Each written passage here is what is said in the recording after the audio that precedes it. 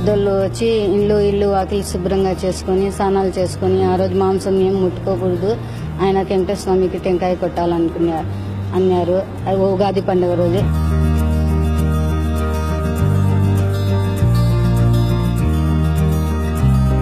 పూర్వ పాత కాలం నుంచి మేము మాత్రం విసిపెట్టేది లేదు, చేస్తానే ఉంటాం.